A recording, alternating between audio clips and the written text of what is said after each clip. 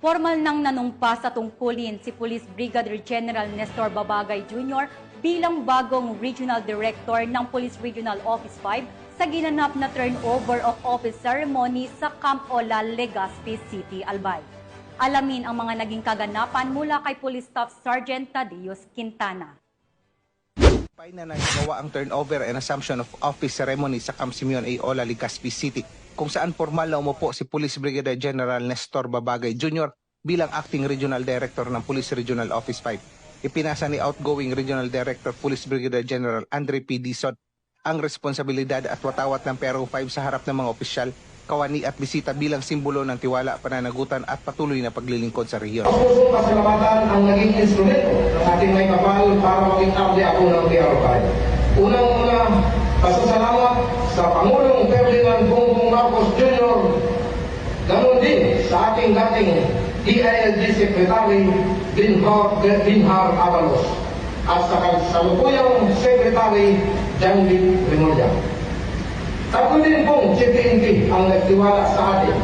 Unang-una si Police General Benjamin Arroda, pangalawa si Police General Romel Francisco Marbil, at pangatlo si Police General Nicolas Torre III, ang ating kasalukuyang CPNP.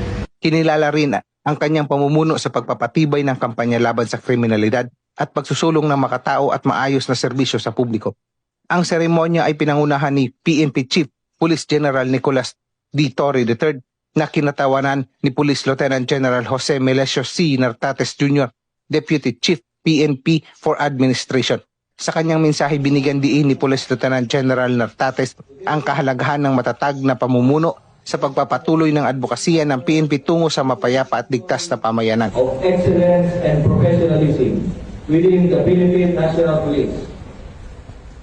The turnover of command ceremony is not merely a formal tradition. It is a symbolic reaffirmation of our core values of integrity, continuity, and faithful service to our people.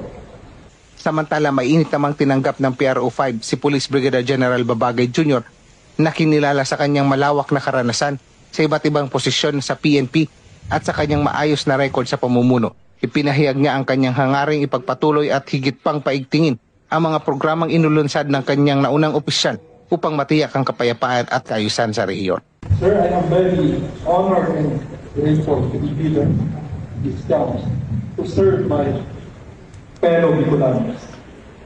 Accepting this challenge is very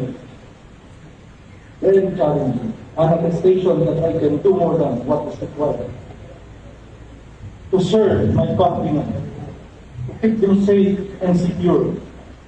With this responsibility vested upon me, I am pledging to uphold my position with integrity and compassionate service to the public.